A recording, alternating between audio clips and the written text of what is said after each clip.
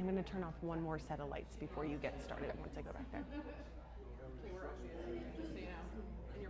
Hi everyone, good evening. That is very bright. I'm going to stand over here, but just say hi to my mom and dad who are at home. Okay, there we go. Thank you for joining us in our new location tonight. So this is very big for those who are joining us online. We are in the main welcome center of the Fort Worth Botanic Gardens tonight. We just thought we'd mix things up. We thought we'd get you guys excited about a new location, but don't worry, next month we will be back in the Brit across the parking lot here with our normal spot there. So I'm going to start this evening with our normal trivia questions. I see many familiar faces, which is great, but for those who may not know, or for those who are online and don't know, we start the class with trivia that is related to today's topic or the next month's topic or something coming up with the water department. And that is to kind of get your minds greased up a little bit and ready. We are so excited for our speaker tonight. I am a huge fan of Hannah's, and I'm really looking forward to this. So because we're talking about trees and water, it's pretty hot outside today. I don't know if you guys noticed. I was very brave and wore shorts tonight because it was finally over 100 degrees for one of our classes. So with that being said, if you also didn't hear, we are giving away free light up mini fans tonight for those in person. And if anyone viewing at home would like to come to a future in-person class, of course, we offer lots of giveaways for everyone for coming. We're so grateful. So, all right. Now, normally we would have you guys hold up one of our squishies to announce that you would like to answer our trivia question. Without those squishies tonight, we are going to rely on the very old school, just raise your hand. It is the first week of school for Fort Worth ISD, at least. I have a pre-K-er that started this week. So as we have been training her to raise her hand, I'm going to have you guys do the exact same thing. Now the catch tonight is that Julia, our super young intern, is going to be looking for the first hand to go up in the audience. So make sure you make eye contact with Julia if you'd like to answer the questions tonight. She said, and I quote, "I'm going to watch them like a hawk." That was her, that was her definition. So without further ado, we'll start the trivia questions tonight. And you guys are competing for 3 of our high industrial garden kneelers. So these have the ability with handheld usage, you can either get onto your knees near the ground with a cushion, or you can actually flip them and they become a seat out in the garden as well. Very, oohs and ahs.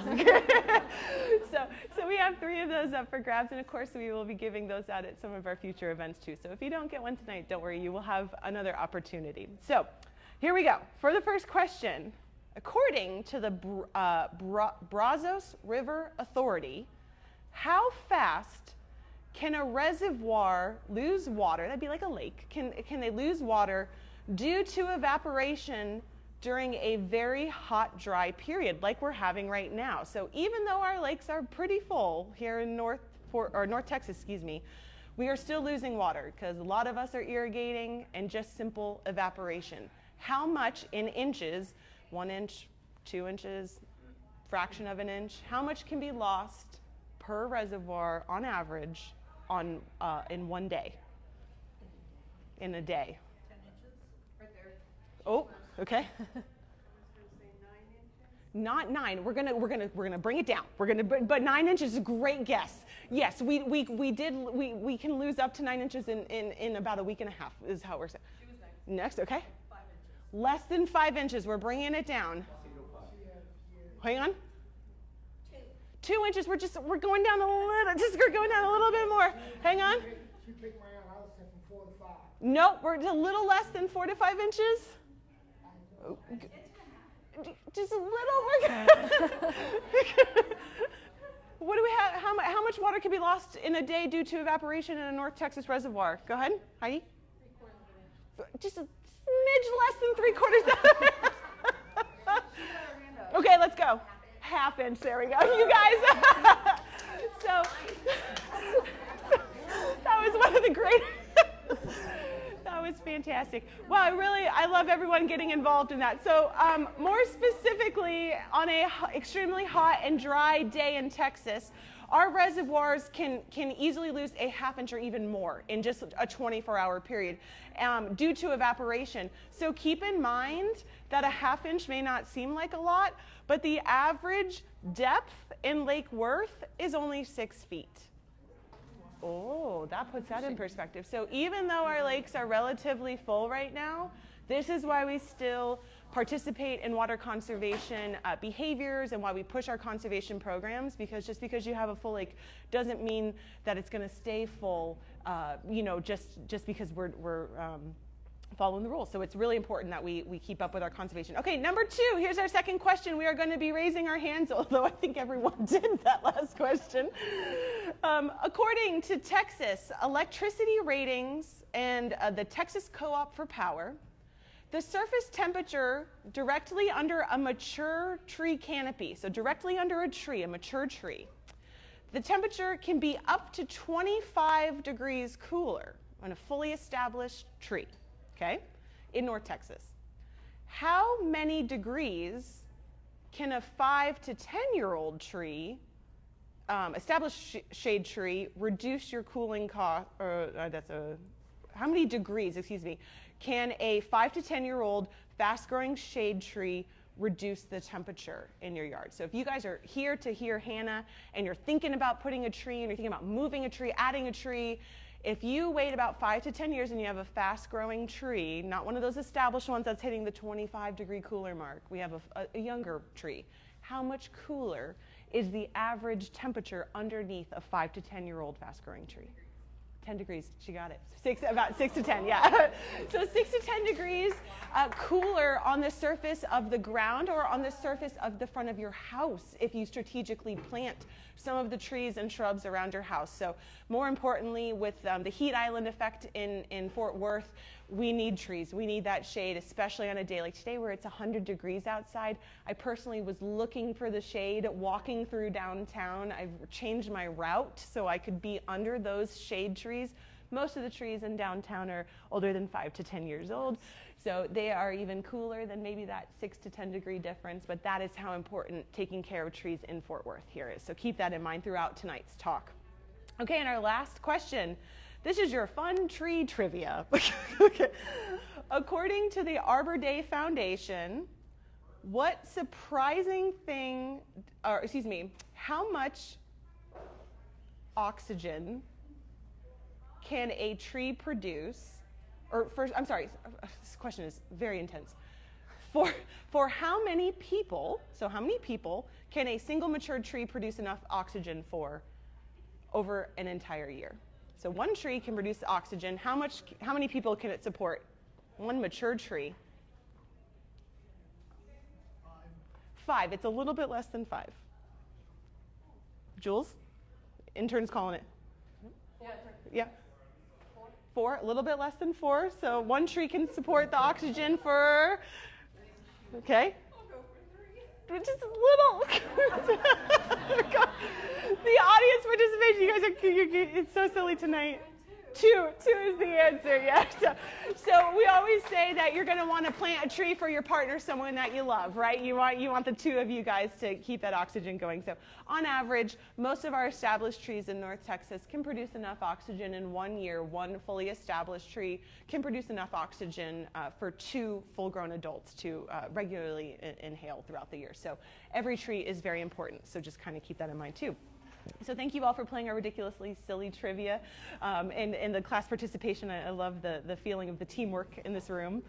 So first and foremost, I'd like to wish you all a good evening and welcome. Thank you so much for joining Fort Worth Water for tonight's free seminar all about our Texas trees. We are so excited to have you here to learn how to choose the right trees for your North Texas landscape and how to care for them so that they thrive for years to come. Our speaker this evening is a dear colleague of mine, Miss Hannah Johnson. She is the Natural Scientist Supervisor for the City of Fort Worth's Rolling Hills Tree Farm. Hannah oversees the farm's growing operations, which provide the free trees to our community through neighborhood tree planting program and tree grant programs.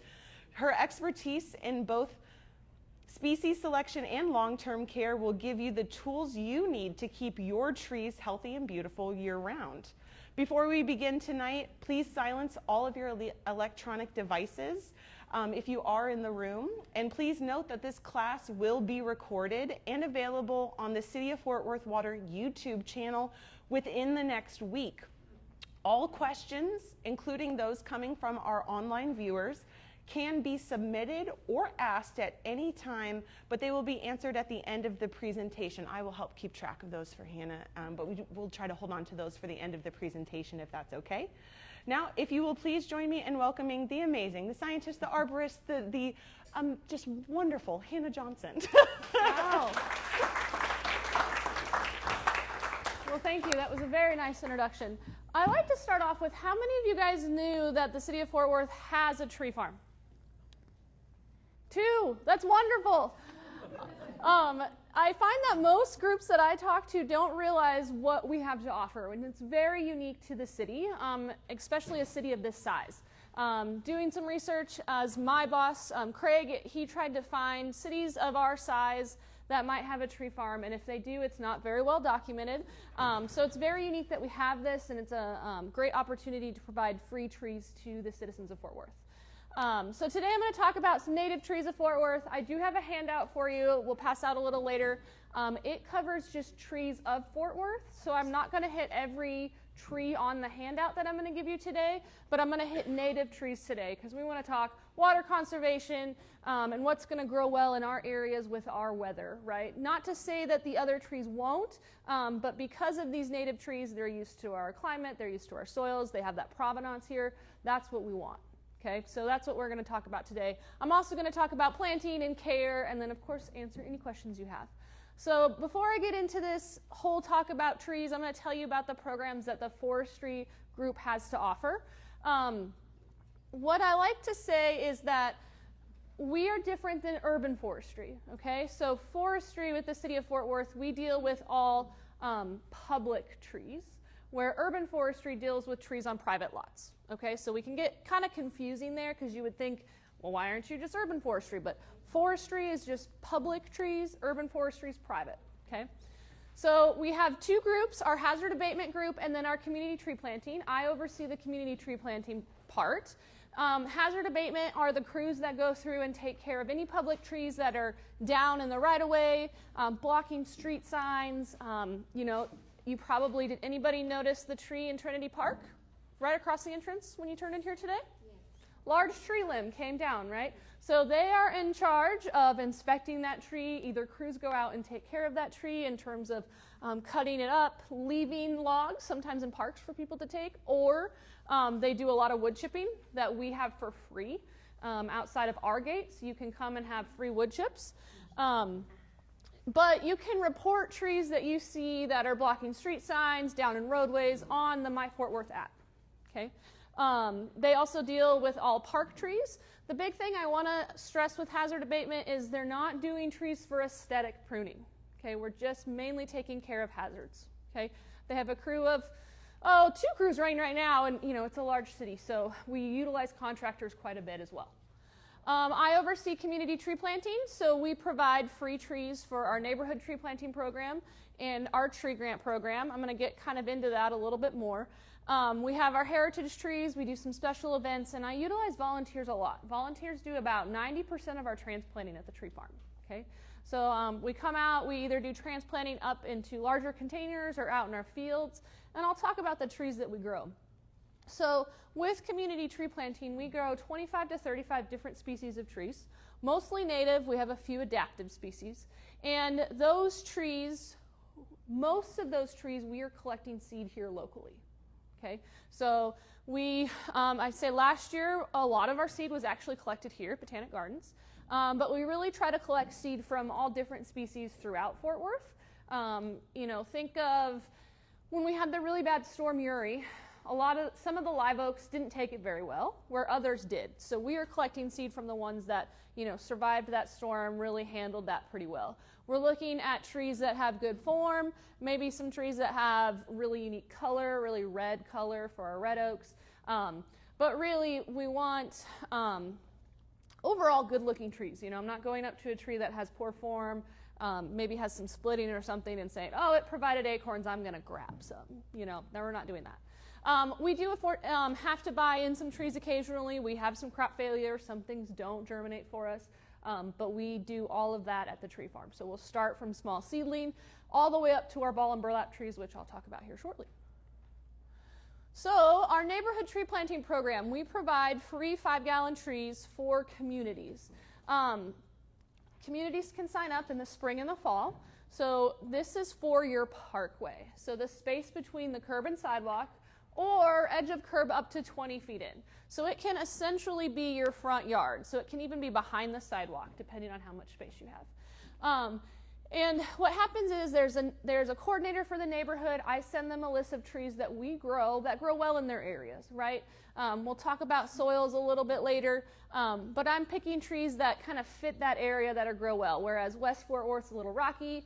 East, we have more sand, so we're picking trees that are going to be good for those homeowners to plant and hopefully have great success. And they sign up. So they can pick what species they like. Generally, I try to get their first preference. However, I have some homeowners that'll say, say you live in this home, you sign up for 5 trees.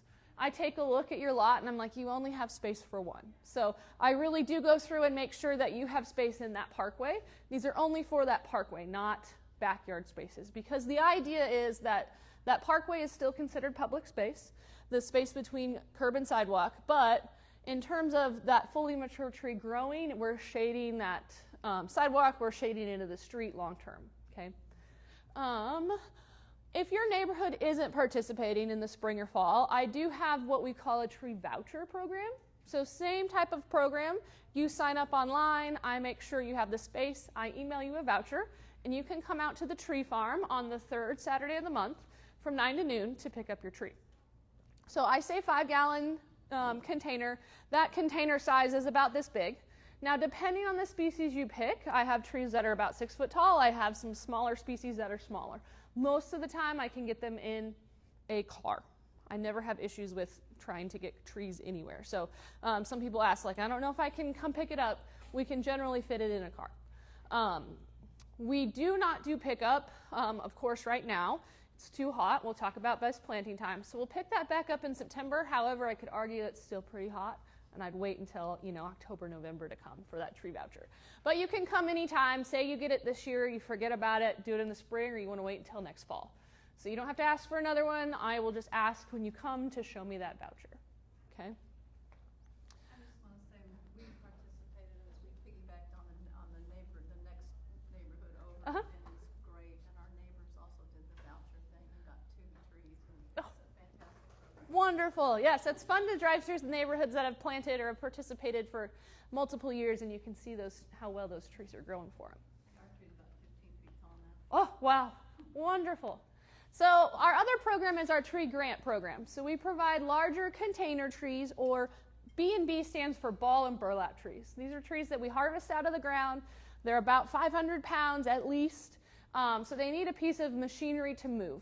But you can apply for a tree grant program, but this program is specifically for public spaces. So say you have a park in your neighborhood that you want more trees at, or a library you'd like to see more trees, or a median you'd like to see more trees at. You can apply for the tree grant program. However, this tree grant program goes through evaluation, so that everything gets ranked. I have a crew of, well, right now it's 4.5. And so I have a part-timer. We can plant trees on public space, but we can only water trees in parks. And most of our parks don't have irrigation. So we have 1 water truck for the city. We have over 300 parks. So we're very kind of specific as to what parks we can plant in. We try to pick ones that are, have low canopy cover, or their mature trees are fading out, so we want to do some replanting. However, I do have some neighborhoods that take on the responsibility of watering those trees, whether it be in the medians or in parks, and so those score higher. Yeah. Does the Trinity Trail, does that also include, would that be also something that you would include? Because I was walking along there today, and it was very sunny because there's not very many trees. So the Trinity Trails does. I work with TRWD, a gal, and she generally applies for it every year. So that could be something that you could apply for. I could talk with Lexi on if you have a specific spot in mind. Yep. And then, of course, they're ranked. So we give out about 600 trees through that tree grant program every year. With our neighborhood tree planting program, we give out about 1,500. Okay. We have our heritage tree program. So these are trees that possess an unusual size or age. They might have some historical significance to the site that they're on. They might be regional or state champions for the state of Texas. And that is on our website, so it's an interactive map. So those that are on public spaces, you can go and see. Most of those trees don't have plaques in front of them because we don't want to advertise. As soon as we do that, something might happen to them, right? We have a few here in the Botanic Gardens. The live oaks right up here on Trail Drive in the corner here that were preserved, those are on our heritage tree list. So we have quite a few. There are some very fun, unique ones. The history is all on there, so if that interests you at all, you can look at the interactive map on our website.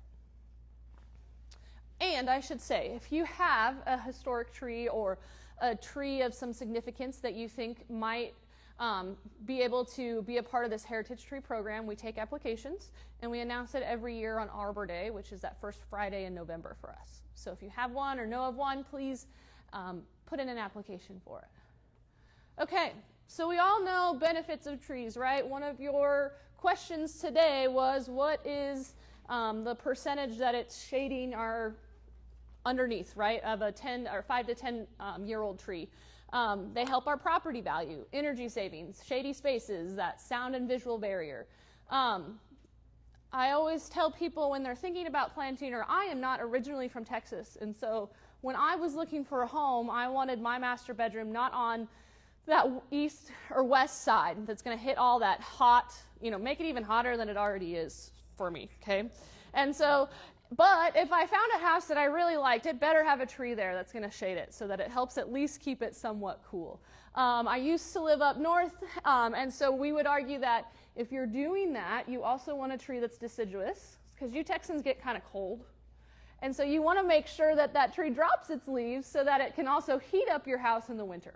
Okay? So something to think about there when you're planting in your yard. They just enhance the view in general. You go to any new town or any town at all, and you really recognize those trees, right? So it's something that just benefits overall in general. Not only do we clean the air, reduce the noise pollution, but really just to help support wildlife, all sorts of things. So I'm going to talk about native plants, native trees today, but why is that important, right? You guys probably all know, I don't know what your other topics were so far, but they're drought tolerant, so they're naturally already conserving water. They're used to our environment and what maybe highs and lows we go through, right? They can deal with maybe some terrible soils, because some areas we don't have great soils, okay? So they're already used to that. They don't need some extra pampering. They provide habitat for food, birds, butterflies, and bees. No extra pampering. Now, not to say you don't need to. Some trees may need it, depending on that soil type. You may want to anyways, right? You just maybe really love your trees and you want to fertilize it. There's nothing wrong with that. But those native trees tend to just do well, water and some easy care, right? It helps maintain a biological diversity and compatible with our soils. I'm really key on knowing your soils, so we're going to talk a little bit today later on in the presentation about soils, because that's key to know how you should water so that you're not overwatering, you're not underwatering, because overwatering can actually kill a tree, okay? All right, so we're going to go into some different species, and then before I get into planting, I know we said questions at the end, but I might stop and ask if you have any questions. Okay, so bald cypress, you see quite a few of these around town. These are the cypress that have a very pretty fall color. In wet spots, they get those knees, right, that come kind of out of the ground. People don't like that in their yard. It gets bumpy, can't really mow over it, okay? So I have another option for you later, but it is a good option. They're pretty drought tolerant, very tall tree, really pretty in terms of that leaf and, kind of feathery leaf. Nice fall color. Black walnut, so native to Fort Worth. It can be confused for a pecan until it obviously sets on its fruit. It's messy. The thing about black walnuts is they have an allelopathy in their roots, and so nothing's going to be able to grow underneath that tree. Okay, so it's like, oh, I want to plant some pretty shade plants down there, annuals or perennials. They're going to die. okay? It's just, unfortunately, that's just what's going to happen. So that, and it's not because of you, it is the tree. That roots are, you know, sending out that, and it's, so that's something to think about, okay? So maybe you have something going on in your yard, and now you're like, oh, it's a black walnut. That's why I've tried all these things, okay? Bur oak, kind of that grand tree. I like to say, you know, I'm familiar with bur oaks. From where I'm from, they are not as grand. They're very small. Here, they're just ginormous. So can get very tall. They're actually relatively fast growing. However, they can have up to a golf ball size acorn. Okay, so keep that in mind. Okay, some have some really large, pretty leaf. You really don't see much fall color for them, but overall, a pretty kind of deep green leaf. Very large over time, you know. Chinkapin oak is probably one of my favorite oaks so far. I haven't kind of switched yet, I guess. Pretty drought tolerant. It can have a nice fall color to it. It's resistant to oak wilt, moderate growth. It has kind of more of a serrated leaf. The acorn is probably more medium size. It just has nice form. I think it's kind of just a unique tree. I really like this Chinkapin oak. Cedar elm, so very common, very native to Fort Worth, does really well on a wide range of sites. So you have a really rocky site. I was just over in West Fort Worth 2 days ago. Really, really rocky. All of the trees there were cedar elms. So very hardy. What I also like about cedar elms is that the last couple years that we've had really, really hot weather, some of our cedar elms dropped their leaves early, right? You're thinking, oh, my tree is dying. That's not the case. They were really focusing on conserving their energy, and so they dropped leaves, and then they came back great later. So we run into some issues, of course, growing trees, that sometimes maybe irrigation doesn't work for us, right? Cedar elms can start to drop. We strip those leaves, so we take those leaves off once they're dry. They rebud back out for us and do wonderful. Okay, so just a really nice, some people may call this a trashy looking tree. You could argue either way. Where I live, I actually live in Granbury. They're growing wild and native out there. I also come from a place where trees are hard to grow, so I'm happy with what tree I can have. Okay, but nice yellow fall color. This is an option. I find more and more people aren't wanting that seed that's dropping, right? So whether it be an acorn or something bigger, they don't want that dropping in their yard. So the options that I have in terms of some natives there's not as many, right? So cedar elm's one of them, and actually grows relatively quick for you.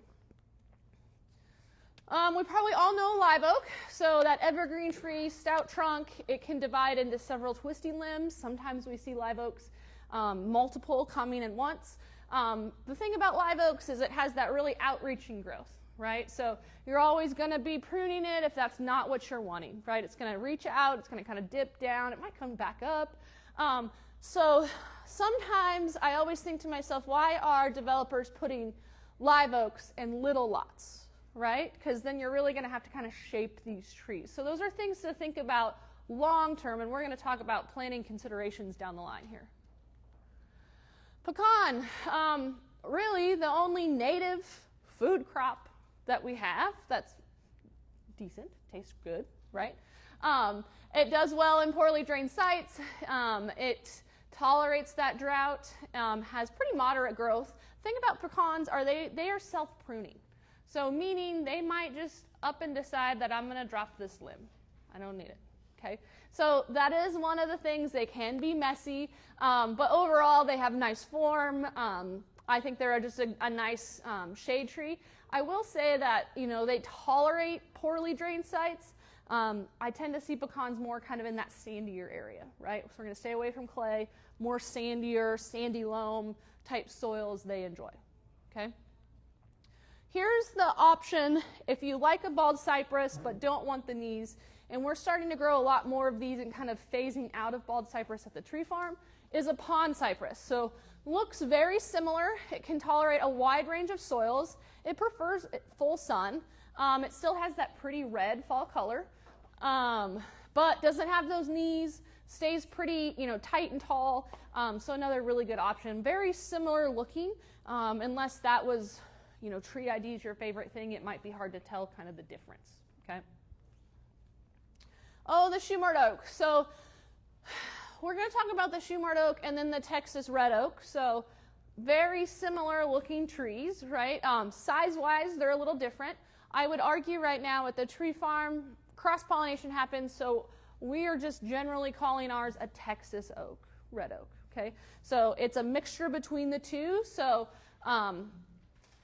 range types of heights can vary, but have that really pretty fall color. So maybe you're wanting that really pretty fall color. Still has an acorn. It's a smaller acorn, not near the size of a bur oak, and it grows relatively really fast for the area, okay?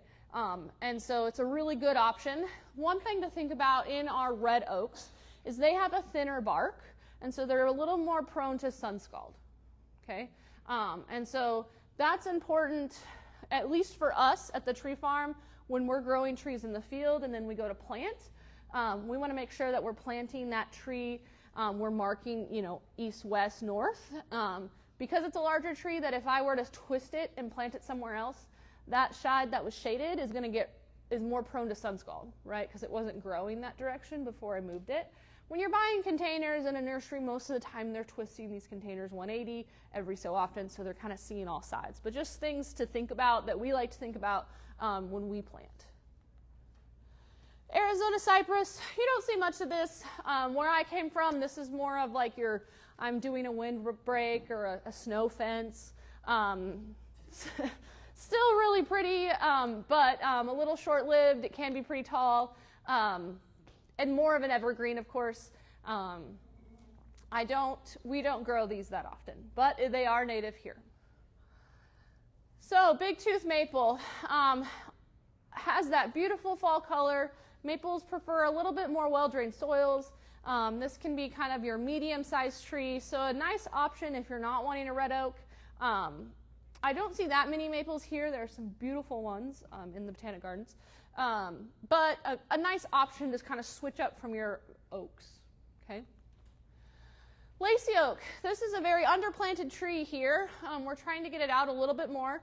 It is, we're calling it a medium shade tree. You could argue it's more on the smaller side. What's really pretty about this is it has a nice kind of dense overall growth, so it doesn't have all those reaching kind of arms like a live oak. It has really, really pretty deep kind of greenish, bluish, silverish color, and then the new growth is peach in color. Has a very small acorn. This would be a great tree for small lots, but you want a nice shade tree, okay? But you're kind of scared to have a huge tree in your yard. This would be a great option. Okay. Is it a native? It is a native, yep. It's going to go well. It tolerates a lot of different soils, but it can do really well in some rocky areas, actually. So, which is pretty unique. Monterey oak, also known as Mexican white oak. This is a semi-formal shape. It's semi-evergreen, so it may drop its leaves, it may not, depending. It can tolerate a wide range of soils. It's a little cold tender. We've had some die in our colder weather. It's fairly fast growing. The leaf is kind of leathery-like, pretty thick. I will say this tree grows better if you don't prune up from the bottom. Like if you have an area that you can leave kind of some of these lower limbs, we've seen to have better luck with it, okay? As for some reason, as soon as we start to kind of low limb, of course, in the correct way, it seems to get some boring insects, okay? So just something to think about. We're still kind of testing it out in a couple different sites, but it seems to do the best, and it's a very pretty looking tree if you don't have to really shape it up much. So here's our Texas red oak.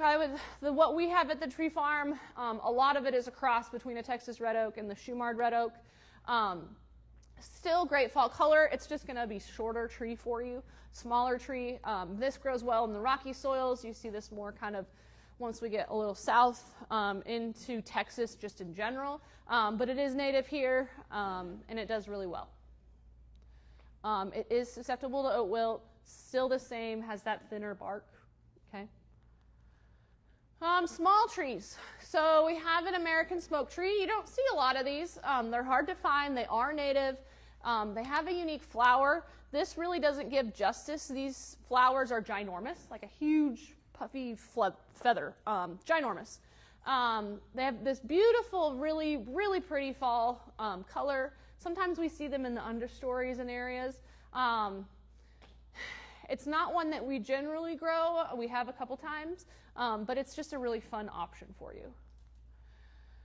Cherry laurel. So it's evergreen. It prefers those sandy soils. It can be cold sensitive, and it really can take over. So I know we're talking natives and not in terms of invasive, but can really take over and start to take over a site if you're not really on top of things. Desert willow. This is a great option. They're really great for us to propagate at the tree farm. They're extremely heat and drought tolerant. It attracts those pollinators and hummingbirds. It's a fast grower. This is a very pretty picture of it. I'm not saying they aren't pretty. They're a lot airier, okay? Think of an airy tree, okay? And if it's not pruned correctly, it can be multi-trunk instead of single trunk, okay? You could also argue that it could be a nice medium-sized shrub. Depends on how you want to prune it, okay? But very airy, very pretty, very drought tolerant. There are some varieties now that don't put on these long seed pods because people don't tend to like them. So those are some options for you. The ones we generally grow are the Bubba variety or cultivar. Yes? You know I'm going back to the next tree. I think that's why I have it by yard. I'm putting it in there. Okay, yes. Cherry laurel. Yes? The desert willow, does it require more acidic soil than clay soil? Or? It really does well in everything. If anything, it would prefer more sun than more shade. So I have one at my yard, and it gets the afternoon shade. It's doing pretty good, but you're going to see a lot more flowering and just a lot more overall growth that has more of that full sun kind of area. Okay, Eve's necklace, another really pretty one, has a really pretty unique seed pod. This is a smaller tree. I know it says 30 feet tall. They're slow growing, so there are a few that I can direct you to that are that tall already. I'd say they tend to stay around that 15 to 20 foot range. And they also come in single trunk or multi-trunk. So you might, depending on where you're at, see some that are multi-trunk or some that are single trunk. They put on a really pretty kind of flower, pinkish flower, very dense tree, so not as airy, but definitely your smaller deciduous tree. Golden ball lead tree. We have a few of these. They're a little brittle when we move them, but this flower doesn't really give justice. It's kind of puffy. It's just really unique. Everybody's like, whoa, what is this flower? And it looks very similar to an Eve's necklace before it flowers and puts on the seed pod. Okay, so very similar, very heat and drought tolerant. It's a slower growing variety. I see more Eve's necklace than I see golden ball lead tree. Indian cherry. So if you go to a nursery, they're probably going to call it Carolina buckthorn. It does not have thorns. It does really well as an understory tree. Berries for wildlife. If it's not in the understory, it still does really well. It's going to grow a little taller for you than in the understory. It has a pretty fall color. And I would argue the ones that we grew that were in the understory really didn't drop too many leaves during the winter either. They kept them on. Yes? Understory, so say you have a larger tree in your yard or your backyard, it can grow in the shade of and under a tree. So think smaller tree. We're not planting, of course, like right next to that large tree, but it can grow in that understory of the tree, so under the drip line. Mexican buckeye, native to Fort Worth, flowering. This is probably one of my favorites in terms of smaller trees. It is just very heat and drought tolerant. And it has a really, really pretty flower. The seed pods are kind of cool. If you're into teaching kids or anything, they're going to love it. But it also comes multi-trunk or single trunk. So almost probably more than half of our small species that I'm talking about today can be single or multi-trunk, depending on how you want to prune it or how you buy it from the nursery. Okay. Just a really pink flower. It flowers up the stem itself, so rather than just like hanging flowers. So it's just really unique, but does really well here. I don't have it on the list. We have a Texas buckeye. It's pretty. And it's, tell us more, yes, yeah. Very pretty red flower. Everybody sees the flower, oh, I want to have this tree. It's another small species, completely different flower than this Mexican buckeye, completely different leaf. However, when it gets hot, it drops its leaves, and you're going to think that thing is dead. So, if you want to have that in your yard, that's wonderful, it's great, it's going to come back. It doesn't like being overwatered, but it doesn't stay with the green leaf. You don't get much time with it. It's probably the best way to explain that tree. So we're phasing out of some of those because they're just, people would think, oh, I've killed my tree, take it out. It's really not dead. It's just not going to look pretty for you all summer. Mexican plum has that really pretty white flower, probably one of the first that flowers out if we don't get a cold snap. It can tolerate a wide range of soils. It grows really pretty fast. It's messy, however, because of the plums. The plums, are edible. However, they're not very fleshy, so they have a really big seed inside. You'll see these probably more in medians. It's messy in the terms that I wouldn't suggest putting it in your parkway, just because your sidewalk's always going to be dirty, okay, after those plums drop. However, I do know a few people who have some, and they have never really put on plums.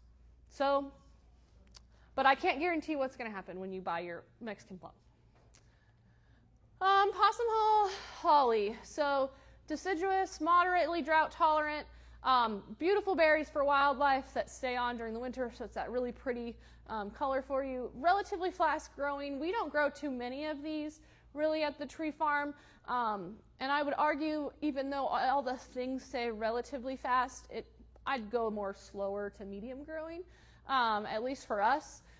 Again, multi-trunk, or it could be single trunk, depending on how you get it and how you want to prune it.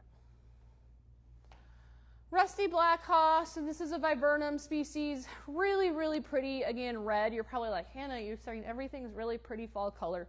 But these are. It grows best in moist or well-drained soils, has a really nice white flower. We don't see too many of these, but I'm more of I love fall, so I'm always for that fall color, okay? If there is a fall. I'd argue that it's not really a fall here. Texas redbud, everybody probably knows this heart-shaped leaf. There are a variety of redbuds that are out there, right? We have Texas, we have Mexican, we have an Oklahoma variety, a whole bunch of new cultivars now. Some are actually really fun that, I wish I could remember the cultivar name. It's like a rainbow, essentially, so it changes kind of colors on the leaf, but very pretty, does well here. They're short-lived, but everybody kind of wants that redbud. It has that, this looks purplish. I could argue it's a little more pinkish. Yes? It's short-lived. You mean the tree doesn't live long? Yeah, yes, is the easiest. Yes, yes. They grow well, but in terms of overall growth compared to others, it's going to be a little short-lived for you compared to others. The Texas does great here. Mexican does great. Oklahoma can be a little more cold sensitive. So if you're looking at a Texas red or a red bud, look at your Texas and your Mexican varieties first. Okay. Again, single trunk or multi-trunk. There are some beautiful single trunk ones that I'm used to seeing a little bit smaller ones. I've seen a couple really tall 25-footer ones recently, actually. Most of these, I would say, tend to be around that 15-foot range. So nice. All of these small varieties and species, think of you have maybe power lines in your parkway or something of that nature. You need a smaller statue tree so that it doesn't grow up into that. Okay. Yaupon holly, moderately fast growing. Again, I'd call it more multi-trunk than single trunk. The wildlife really love the berries, but another one that's native to East and Southeast Texas, they do grow here. They're a pretty option. We don't do much of them, to be honest with you.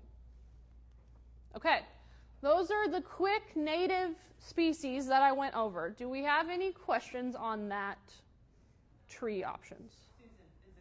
Susan, tell me. I actually have a question about the tree programs. Yes. My neighborhood doesn't have sidewalks. Okay. So does it qualify? Of course, so up to 20 feet in. Okay. Yep, edge of curb up to 20 feet in. Okay. Yep, that is a great question. However, for neighborhoods that don't have sidewalks, it is something to think about. You can, of course, participate, but keep in mind, do you think you will have sidewalks put in later on? So if that's something that some of your neighborhoods maybe are starting to do, making sure you're putting it far enough back that when they do come through and decide to put sidewalks in, you're not disturbing that tree that you planted. Yeah, great question. Yes? Yeah, we live in Godley, and I have 4 trees. Okay. And one tree is about maybe 5 feet from a foundation. Okay. How where do you determine the root side for going into your foundation? So it varies. My question to you would be, what type of tree? Is it going to be? Is it a small tree? Is it a larger tree? Small oak. A small oak. Does the root system correspond with the lip line of the tree? So, yes, the general rule of thumb is the root system will go to the drip line. Most times it will go even further sometimes. So larger trees, I generally say 20 to 25 feet from your foundation. I have a desert willow that's the house we moved into. It's probably 2 feet from my foundation. Okay, and it really depends on the type of tree.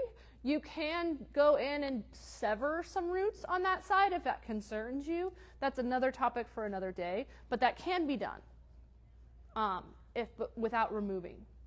Yep. Yes. What tree would you recommend if you wanted to create a green fence? Oh. If I wanted to create a green fence, do you have any size requirements at all? Yes, it would have to be tall. Tall.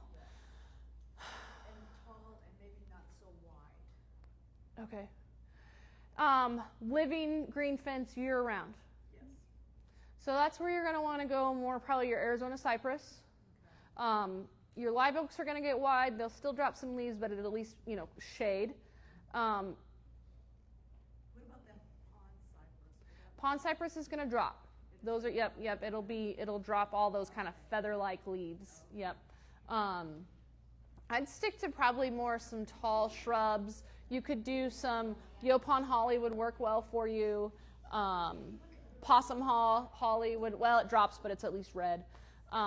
There are some probably more small to like large shrubs I would look at probably rather than trees. Tree-wise, I'd do Arizona cypress. Any other questions? What would be the reverse if you've got power lines down your back lines and you need to have shorter trees? For a living fence. I'd probably stick to some hollies. I have some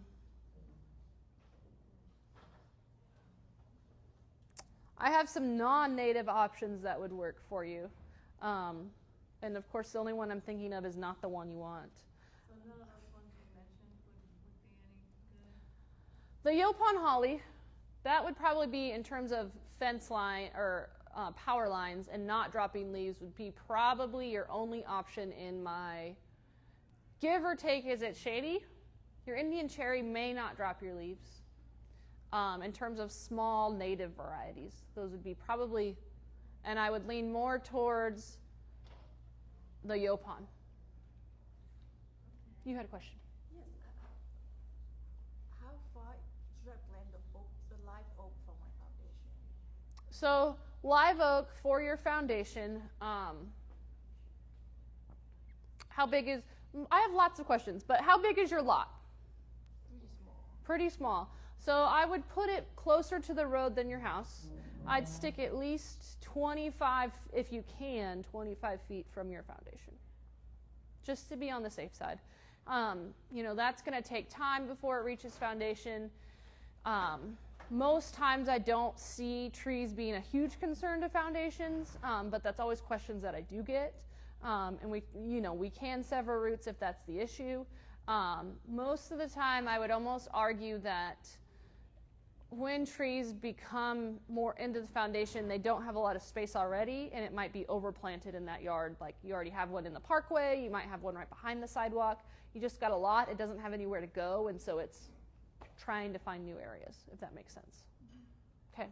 I guess you need to consider the plumbing, because I hear more about roots getting in the plumbing than the foundation. Yeah, we're going to talk about proper planting here and what we're going to look for, you know. But yes, plumbing is definitely one. That's probably more issues that I see than the foundation. You're correct. Because, of course, that plumbing's wet, right? What do those roots want? Some nice compost in there. It's like, oh, I'm ready. Any other questions? Okay. So we're going to talk about planting, and if I'm going too fast, just holler at me. You know, there are big things to consider when you're going to plant a tree. You know, trees are an investment. So we learn, you know, the bigger the tree gets, the more it's shading. It can help home cost, all sorts of things. So, but they can be expensive up front, right? Some have ongoing maintenance, and most maintenance is best spent early on. So we really try to teach this with my crew at the tree farm. Proper structural pruning, proper maintenance to start with so that you don't have long-term problems the older it gets, okay? The longer the tree's there, the better. Timing for planting. Best time to plant is the fall, and when I say fall, I say October, November, December, okay? September, way too hot. October could still be hot depending on what the weather decides to do here. But realistically, fall, that kind of winter time frame, gives those trees times to establish that root system, get established, and then come out nice and healthy come spring, right? Some people will say, well, Hannah, then we've had these cold storms in the spring, and I'm just not sure about that. They have all done really well, those that have been planted in that kind of fall, winter time frame with that late cold weather that we had, because they had time to establish. Whereas maybe you think, oh, I'm going to plant, you can plant in January or you can plant in February, and then all of a sudden the weather decides, oh, I'm going to have this kind of snowy ice mixture. That tree didn't get any chance to establish, and it croaked. Okay, so there's things to think about. Spring, summer is obviously the worst time to do it. Our general rule of thumb is that we generally will plant up until May. One year, May was just way too hot, and we stopped the end of April. Okay, so it really just varies with our weather. Okay, and it's not to say that it can't be done, but you're stressing that tree tremendously if you're planting when it's too hot. Okay, legal obligations. So you're going to dial 811. So call before you dig. So whether you're doing it or you're paying somebody to do it, that person who is physically moving that soil and that dirt should call 811. Everything past their box line into your yard is kind of what you know. If you've, like me, moved into a home, you're like, I'm not quite sure where these lines go. But that's on you as a homeowner rather than, you know, they're not going to know where things went in your yard.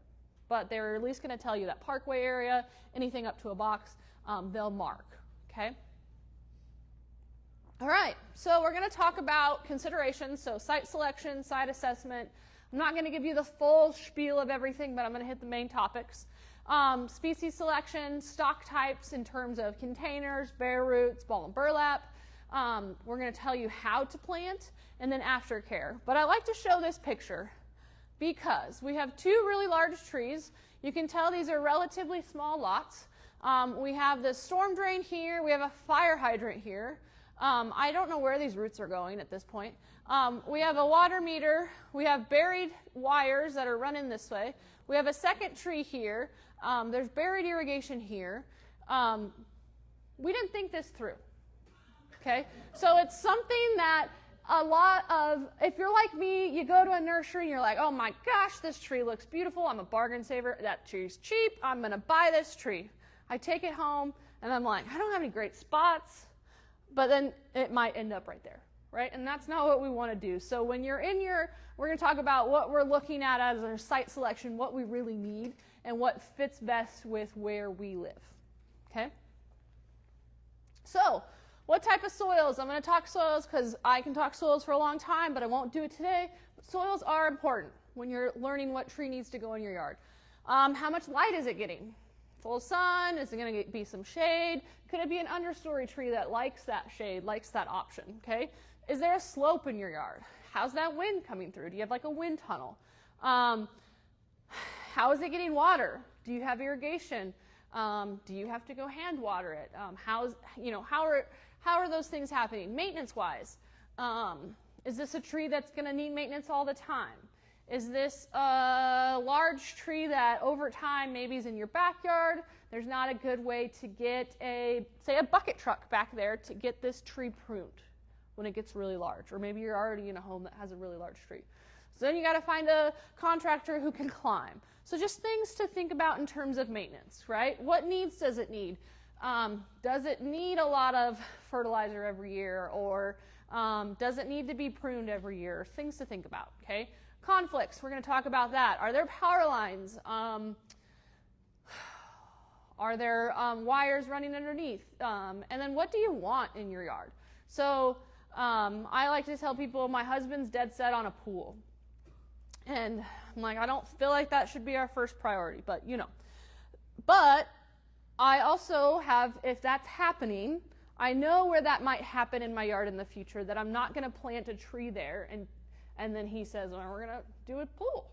I say, no, we're not. There's a tree there.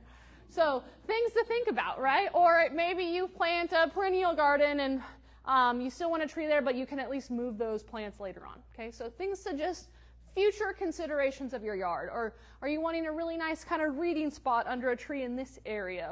What's my light look like here? What options might I run into? Okay, so future considerations for your area. So what's our objective? Are we only wanting shade? Do we want to shade a bedroom there? So we want that energy saving cost. Do we need a windscreen? Do we want a noise buffer? Maybe you live on a busy road, or you want to maybe you have a loud neighbor. I don't know. Maybe you just want a really pretty flowering tree to look at every morning when you're having your coffee for 2 to 3 weeks until those flowers go away. So just aesthetics wise, do you want to have food for wildlife, birds, or any type of critters, I guess you could say? What are these things, right? So these are things to think about. And I come from a background of rural areas, so we're, Fort Worth obviously is not that, outside of it is. But when we talk wind, maybe you're in a new development that isn't developed outside of that, right? So wind's really coming through, so you're doing a windbreak for your yard. We could get into windbreaks, we're not really going to today, but there is a certain distance that you want to plant things so that that wind goes up and over and stays over before it dips back down and comes, back, okay? Conflicts. So do we have wires? Do we have signals or lights? Do you live on a corner lot? That's a big thing when we do our neighborhood tree planting program. If you live on a corner lot, you can't plant in the POSI, which is public open space easement. And this is the first presentation I remember those acronyms. So, yes. And so that is, if you live on a corner lot, you cannot plant in 40 feet one way in a triangle, 40 feet from the corner, okay? Because if you were to plant a tree right here, it's blocking that stop sign. It might become a hazard for somebody driving through, misses that, right? This is also where you see this is growing over. It's probably in this 40 feet. Hazard abatement would come through and have to prune up this tree so that you can see that stop sign, okay? So things to think about so you don't, maybe you have overhead wires, right? So you're planting a small tree. If you planted a large tree, you see this nice V shape that happens.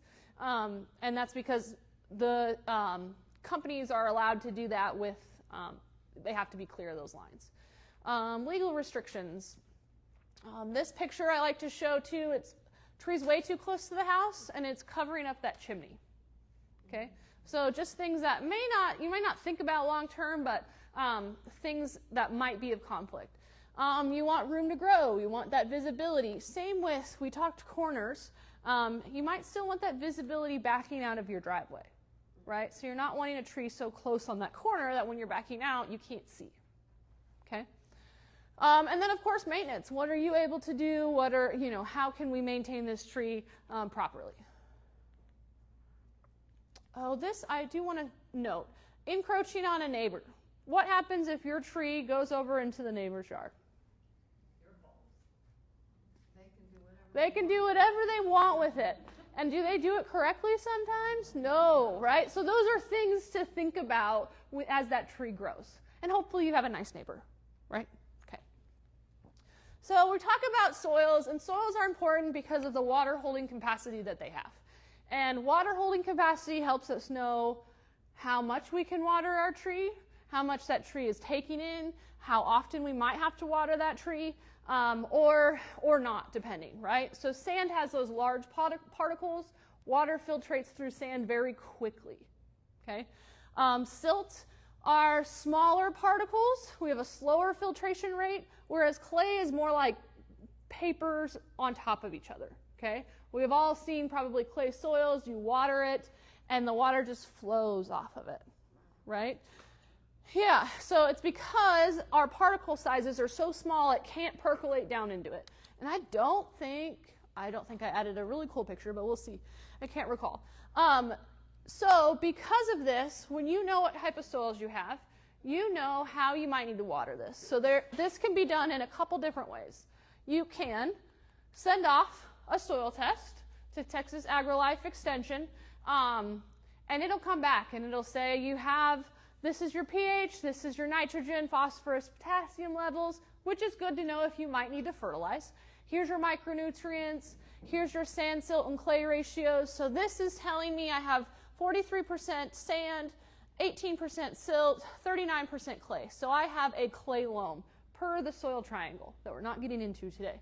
But this is important because now I'm going to know that I'm going to need to pick a tree that can tolerate more kind of clay soils. And it also helps me determine how I should water it. Because if it's going to overflow, I'm going to water less amount of time, but more frequently so that it can drain, so it can percolate down, so that my roots can go deeper, right?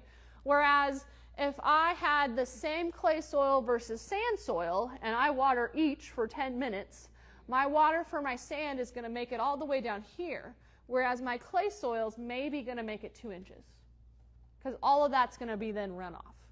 Okay, so things to think about. And this is just great in general, lawns, gardens, all of that, just to know what soils you're working with, because then you can also know your ranges for pH. And in certain ranges of pH, nutrients are readily available in the soil. In higher ranges of pH, some nutrients aren't readily available for those trees to take up, so that's when we need to fertilize. Okay?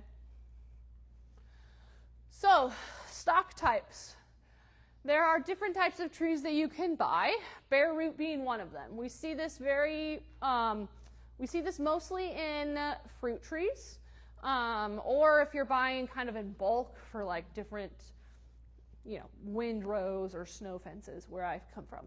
So it has the shortest window for planting because our roots are exposed, right? So most of the times they will come with like a hydrofilm on it of sorts that helps keep those roots moist so that they don't dry out. If you can't plant a bare root right away, you want to make sure that you put it in something that those roots stay wet. We're not putting it strictly in water because roots still need oxygen. So if we put it straight in water, we would drown it. So just think wet mulch, wet shredded paper, something of that nature to keep those roots moist. Popular for mass planting sites. Obviously I just talked about roots dry out quickly. I don't see this as common in everyday homeowners purchase. Ball and burlap.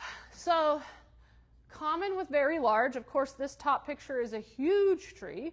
I don't even want to tell you the cost of that tree to be planted. We see a lot smaller trees, which I have a few more pictures of here coming up.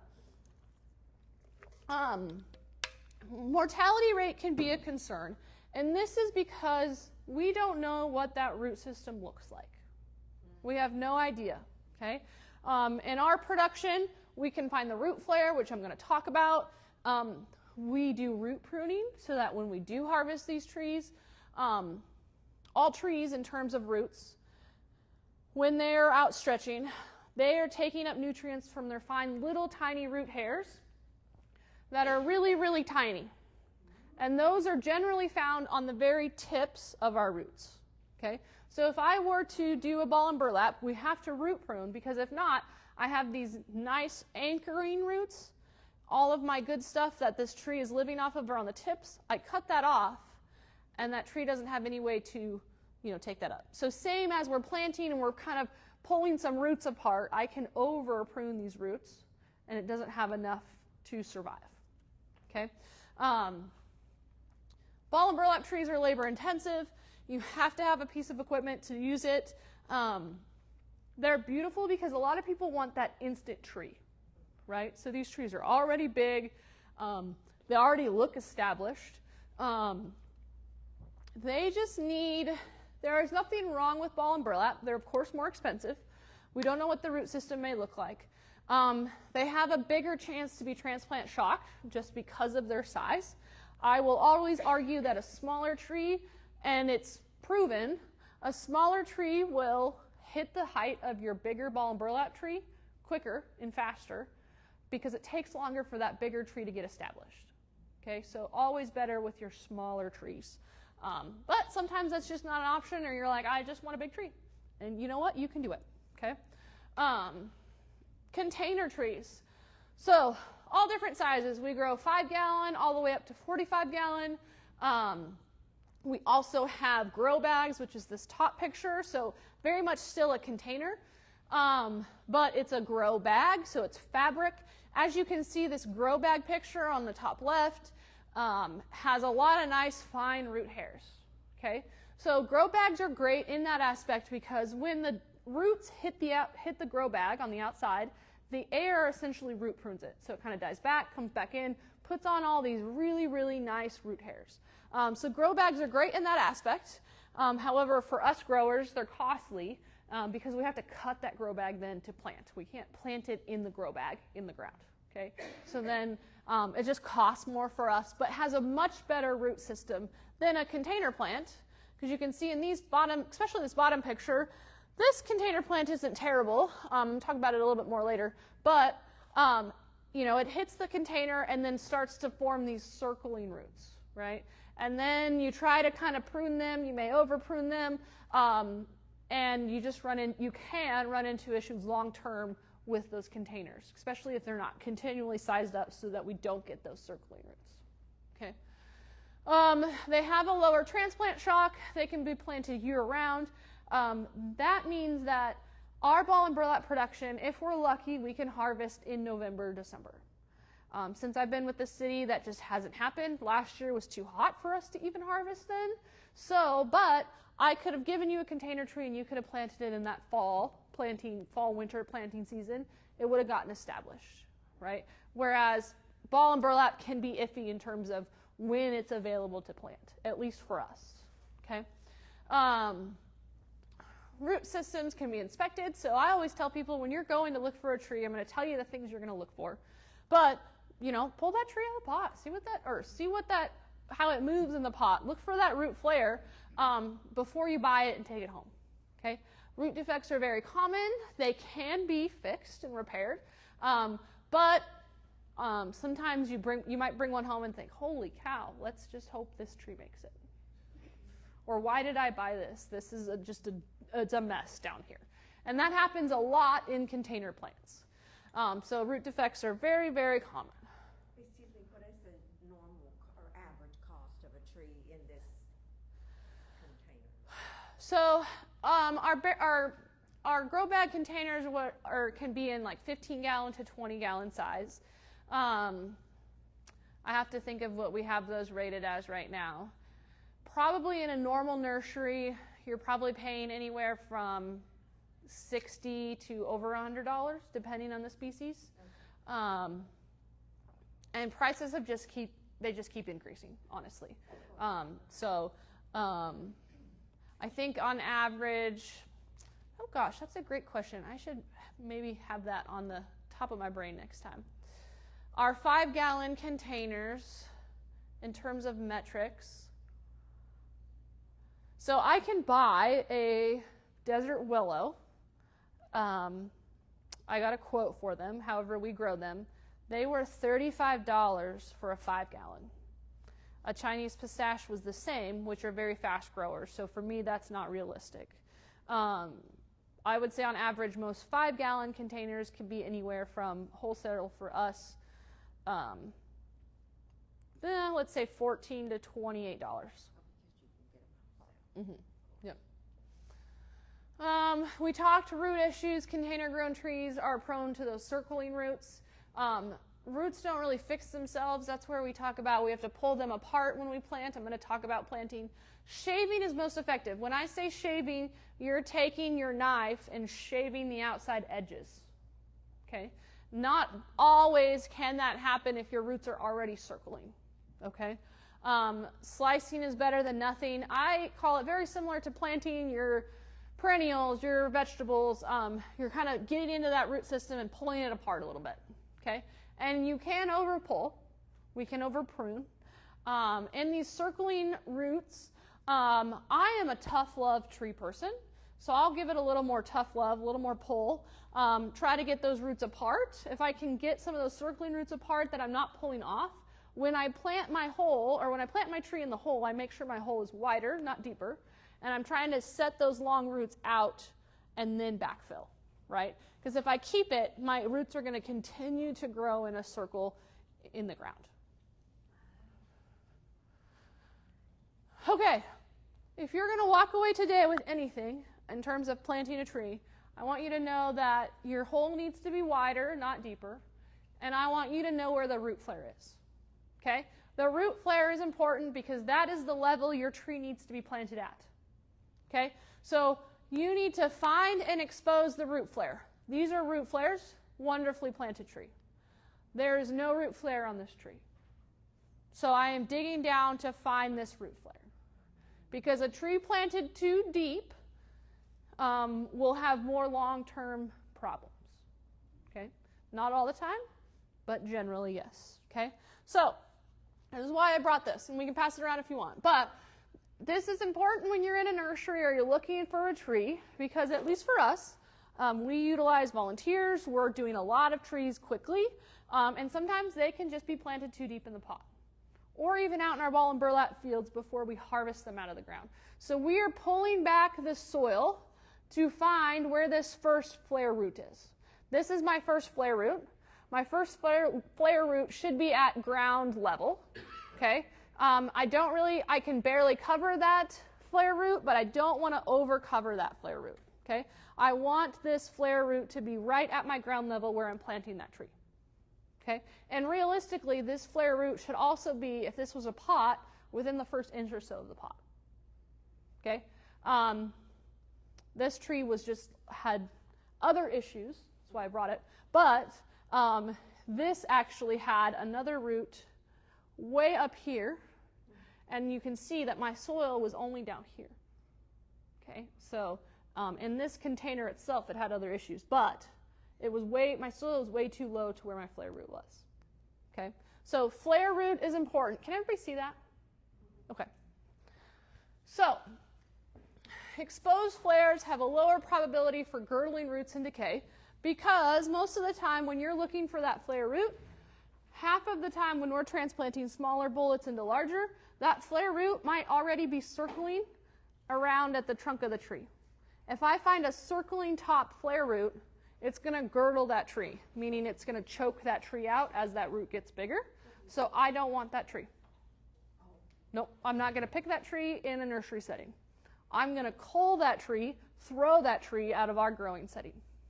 Because I cannot fix if this root's starting to circle. Because as this tree gets bigger, it's getting bigger. This root is also getting bigger. It's going to cut into that tree. Okay? It's going to girdle the way the nutrients are going up and down the tree. You can't fix it? No.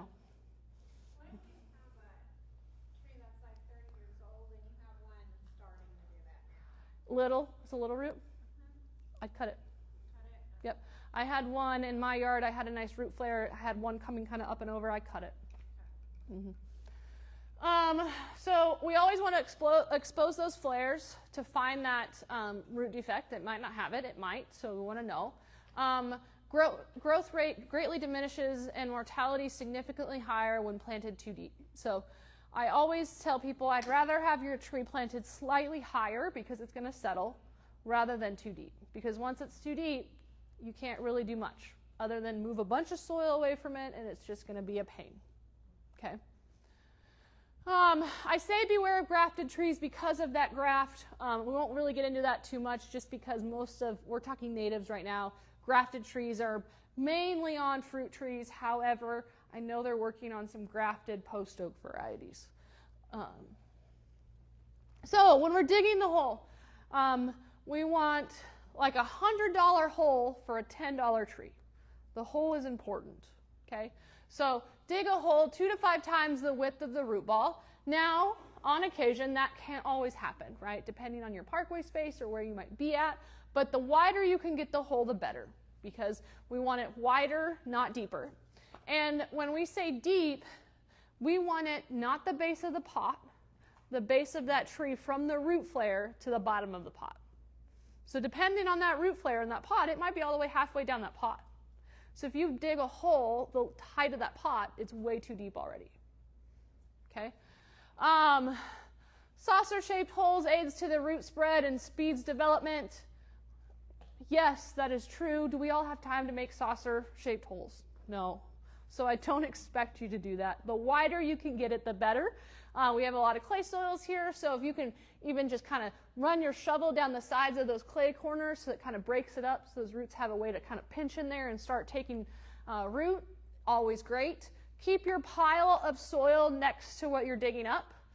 That is important because I have people say, well, I have terrible soil, Hannah, and I'm going to buy some good soil to backfill. Okay, we don't want to do that.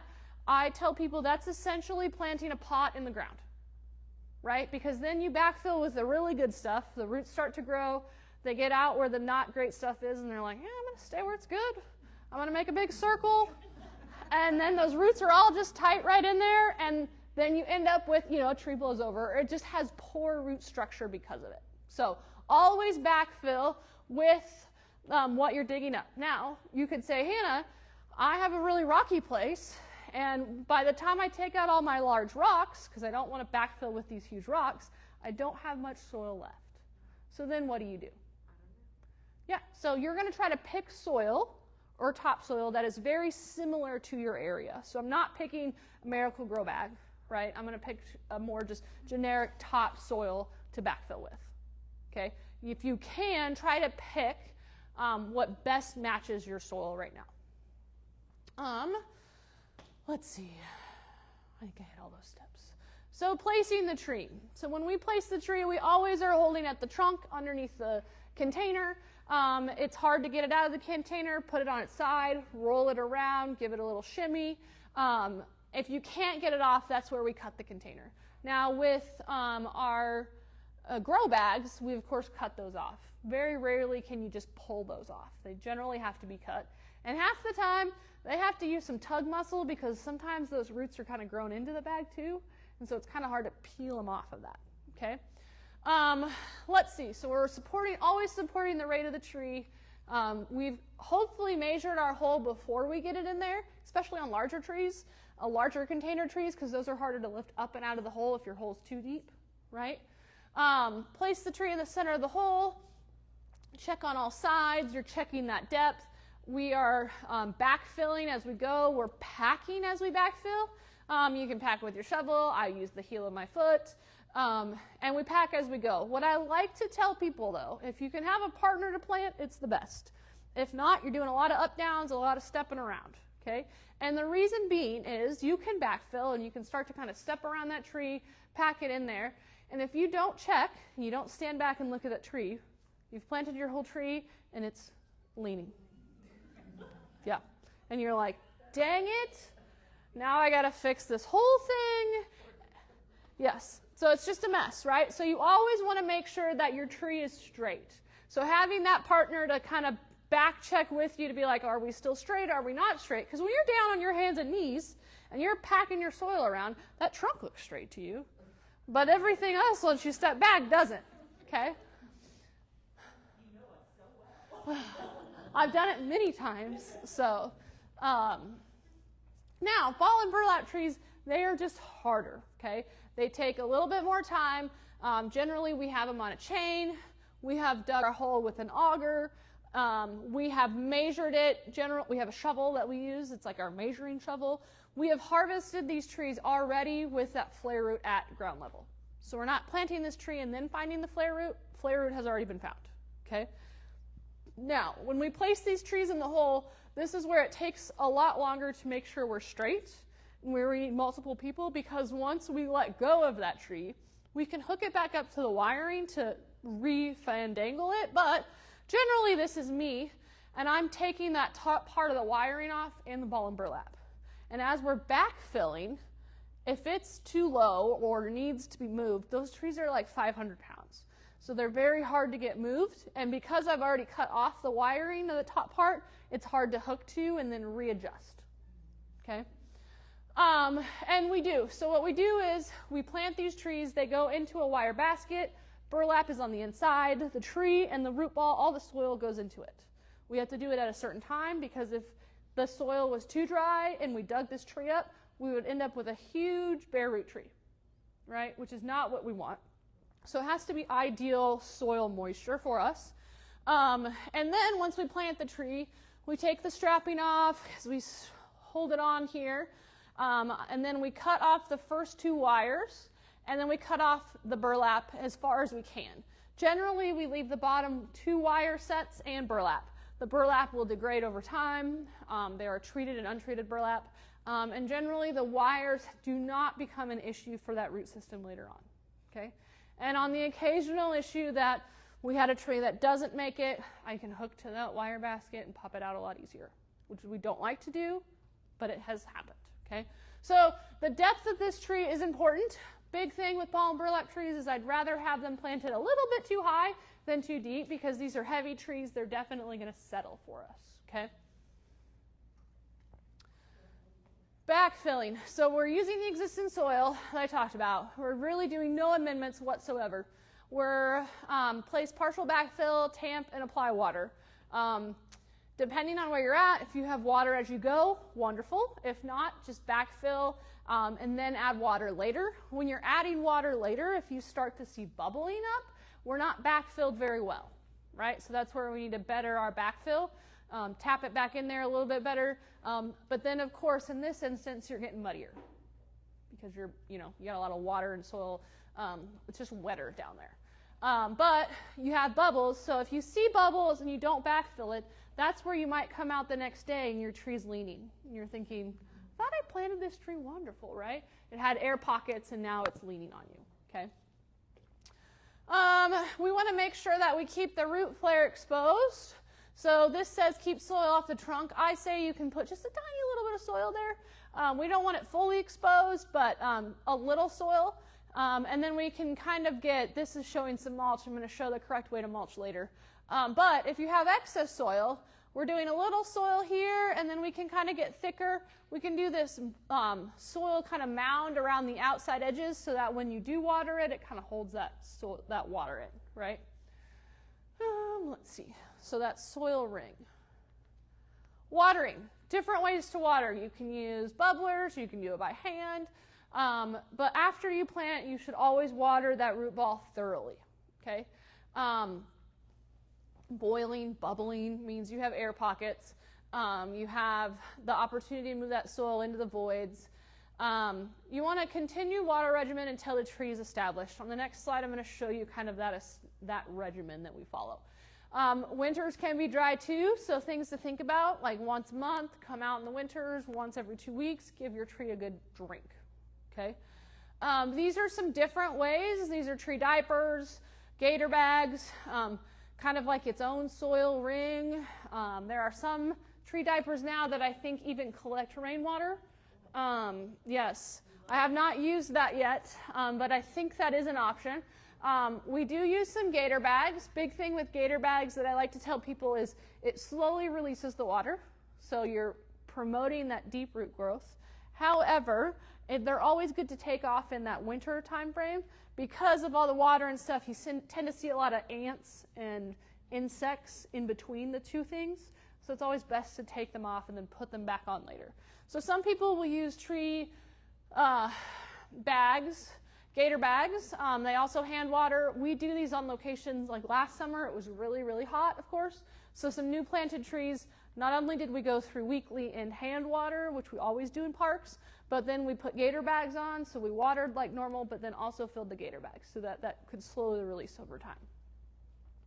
They come in 15 and 20 gallon sizes. You can zip multiple sizes together to fit around a tree, depending on what size tree you have. So here's our watering regimen. General rule of thumb is you're watering about 7 gallons of water per every inch in tree caliper per week. That can be spread out multiple days. That includes rainwater that maybe you don't need to water whatsoever. We generally say we're watering for 2 years or until established. Most of the time for our locations, it's 2 years. Yes? So on the previous slide, there's something white in your hand. What was that? That's like how do I want to explain it? They're kind of like gels. So they get wet, they fill up, hold water, then slowly release. I don't use it. I wouldn't recommend that, but people do use them. Does it hurt the tree? No, definitely not. I just think there's better options for you. Okay. Yeah. So on sites that are really rocky, more than 2 years is something that we definitely do. Most of our locations, we're watering 2 years weekly during the hot summer, and then generally not until it gets warm again, because we've got enough moisture, right? And then we might break down year 3, we might go once a month, we might go every 2 weeks. It really depends on that location and that soil conditions that are out there. Okay, far north Fort Worth, really rocky, harder for trees to establish. So we've been on that location for 4 years almost, not weekly, but just a little more care to get those trees established than say central or east Fort Worth. Mulching. So mulching, wonderful. It helps to keep that moisture, hold moisture retention in. However, it can be done very poorly. So here's what we call volcano mulching. What was the one thing I told you to remember? One of the 2 things I told you to remember. The flare root. We've completely covered the flare root at this point. So not good. So we want to pull that back. This is showing a good way to mulch, especially when you have younger trees, even older trees, but you're wanting to keep the weed eater and the mowers from damaging that trunk, right? So you're putting out a large, big mulch ring. Not only does it help with the root system, but it's helping other mechanical issues that may happen, okay? If you see trees that are volcano mulched, or maybe you have some in your yard, it's okay. Go pull that mulch back. Make sure we find that root flare, and you can make it thicker once you get further out, okay? Does it have to be that wide? It does not. Nope. Nope. It really depends on the tree, your location. I've seen some that are probably even half that for that tree size. It really just depends. Okay. Now, I see a lot of trees, they have planting around the trees. Mm-hmm. Do you recommend that? Like flowers and shrubs and things? Flowers, yeah. Yeah, you definitely can. It really is your preference, right? I think you have a smaller yard, or maybe you just really love color working with annuals or perennials. As long as you're picking that shade or sun version ones, I think that's fine. That's just more maintenance for you, right? However, it's something to think about that, this is an established tree at this point. So it's probably more than likely no longer on irrigation, right?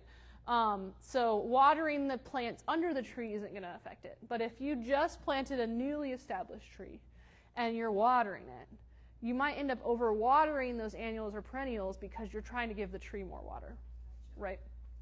Because also you're wanting to promote deep root growth for that tree, where those annuals and perennials are just in that first 4 to 6 inches, maybe 12, depending on what species you have. Let's see, staking. Rule of thumb, only stake if necessary, and if you have to stake, only do it for a year, okay? Now, when I talk staking, I'm going to say that this is my tree, right? And if this top is leaning, this isn't really much that I am concerned about in terms of staking. I'm more concerned about my trunk straightness, okay? And I also like to explain staking as like getting a cast on your body, right? If I stake my tree too tightly, in a year, I take my stake off, that stake has done nothing for my tree. My tree is still very flimsy because it had no movement. So when we're staking a tree, we want to make sure that it still has some movement so that I like to call it gains muscle, right? So if it doesn't have movement, it's holding steady. You take that stake off in a year, it's just going to flop right back over to how it was, right? We want a little bit of movement so that tree can get established and ready, and then we take that stake off, okay? There are different ways you can stake. You can do staking in ground. These work. However, once they're in, the roots are around them. Generally, they have to be cut out. These are like rebar. These are really simple. These are arbor stakes, which are really nice. They're wooden stakes. You hammer them in, and they biodegrade. These are the generic staking, kind of easy. Majority of what staking you see are T-posts, right? So when you're staking with T-posts or anything of that nature, what you're putting around the trunk, you want it to be soft. So we're not putting wire around it because that trunk is going to move. That wire is going to start roughing up the outside of the trunk and or grow into the trunk. So we use like a fabric string.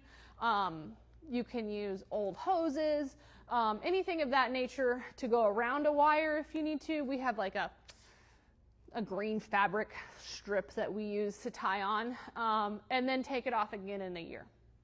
Okay? So after planting care, so these are showing just some these were probably staking at some point that happened. We're of course watering. When we first plant our tree, the only pruning we're doing is anything broken or dead. Okay? We want a trashy trunk.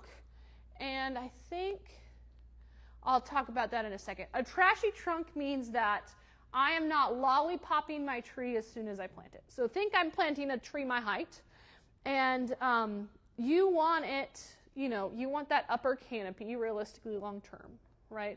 But if I plant this tree my height and I take off all of my lateral limbs up until this little section of me, that's kind of lollipopping your tree, right? Lion-tailing your tree. And what happens is then that tree gets top heavy, but when I take off all my lateral branching, I have leaves on those, which are helping to produce my sugars and everything for my tree. It's helping to get a nice root trunk flare and build a nice thick root trunk system, right? So when I take all that off, it can't produce as much, and so I end up with this tiny little wiggly trunk, okay? So we want to keep those. Even though those limbs are not what we call permanent limbs, we will take those limbs off once they're about a fourth of the size of the overall trunk, getting closer to like a third of the size of the overall trunk. Then we'll take those limbs off. But that helps us to produce a really nice trunk where you see those trees that are, when you're drawing a tree when you're 5, you draw that nice kind of root flare, all of that. That's what we're producing, okay? So we want to keep that. So trashy trunk means we're leaving all of those lower limbs until later, okay? Oh, you said a third of the size of the main trunk, yep. So it really depends. Sometimes people take them off, but the longer you can keep them, the better your tree growth will be overall, yep. So fertilizing isn't necessary, especially when you're planting right away. Really, I don't recommend fertilizing unless your tree is showing signs that it needs it.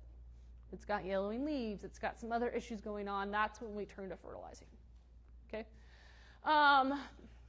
We're going to keep the weeds away. We want to keep the grass encroachment away because then that's when we get nicked by weed eaters or those sorts of things.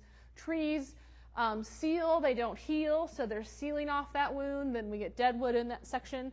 The smaller the tree that gets nicked, if it gets nicked too deep, you're completely severing the nutrients going up and down the tree that tree, essentially you've girdled it, and that tree is dead. Okay? And then, of course, we're taking stakes and wraps and all our other things off of this tree. So picking out a tree, I'm almost done. These are kind of lollipop trees, right? We want these branches down here to help us produce a nice, thicker trunk, okay? You're picking out a tree that's manageable in size and cost for you to plant, okay, or someone else. You look with that root flare first. So bring your gloves, get your hands dirty when you go to that nursery. Find that root flare if you can't already see it in the bucket, okay? Check for any trunk injury or damage. I will pull trees off of our lines and, I'm like, this is great form. This looks wonderful here on the trunk. You pull it out, I twist it around, and I'm like, what's going on this side, right? So you see one side, but make sure you're looking at all sides before you walk out, okay? Pull that tree out, give it a 360, walk it around, see what you like best about it. You might end up seeing something that you didn't initially realize. We're examining the canopy. We want a vigorous canopy, at least half the height of the tree. Branches are well balanced, so they're just even on both sides. Angles of attachments are open, so we don't want really tight branching. We want nice kind of nice 90-degree branching. Those tight branching can cause splits to happen. You might see signs of disease or things on the leaves, insects or other problems, so really look closely. Aphids are one that you can't really see until you get really close, right? And then you bring those home and you're like, oh, now I have aphids everywhere. Or they're in your car and you're like, what are these things? So it has good structure. So it has a nice central leader. You have one central leader coming up. It doesn't have three. It doesn't have none. That's what happened to this tree, actually. That's why I culled this tree. This tree, this all looked actually pretty good to me. But the tree itself just split just like this. There was no way I could structurally prune to have a good leader, so I'm tossing that tree. Okay, so you want that nice structure, you want that nice central leader. You may run into trees that looks like they have dominant or co-dominant leaders. It's things that you can think about that maybe you can prune out, but really you're just looking for that one main leader. I think that was the last of my slides. So here's some great resources for you that you can click on and learn more about. On our forestry page is our tree voucher program if your neighborhood's not signed up. The Texas A&M Forest Service has great tree, like Tree for My Space. So it's pick a tree selection. So it can say, I live in Tarrant County. I want a small tree flowering. It's going to give you some options. Okay. And I think everybody get that slide? That's all I have. Any questions? Yes? How would you know if your neighborhood is participating? You can call me. You can email me. You can ask, and I will let you know. What's your neighborhood? I don't have them on my list. My fall is already booked. I am halfway booked for the spring delivery already. But we can definitely get added, or I'm not familiar with all of the neighborhoods in Fort Worth, so there may be one that's close by that you could piggyback off of if you wanted to, or just do the voucher program. Yes? Is it just Fort Worth? Just within the city of Fort Worth. Yep. However, our mulch program that's outside of our office at 2525 Joe B. Rushing, that is for anybody. You can come up, you can't get into our facility because there's a gate, but the mulch is all right out front. So you can come up any time of day, back up, bring your buckets, bring your truck, whatever you so choose, and load up mulch, which are chippings from trees that are hazards throughout the city. So some people, and it actually says compost pile, it's wood chips. It's not compost, it's wood chips. 2525 Joe B. Rushing. It's the mulch pile. There's a soccer complex right there in a parking lot. And you, Joe, J-O-E, and then space, B as in boy, and then Rushing. Yep. So we're southeast. I took that slide off in my presentation. We're southeast Fort Worth. We're over by Tarrant County South Campus. Resource Connections. We're right across the street. Our fencing looks like a prison because the prison's behind us, but we're not the prison. Joe B. Rushing Street Road. Road. Yep. Yep. Yes. I have a small white oak. Okay. And I got involved on the tree. So I get some bark on the tree. Mm-hmm.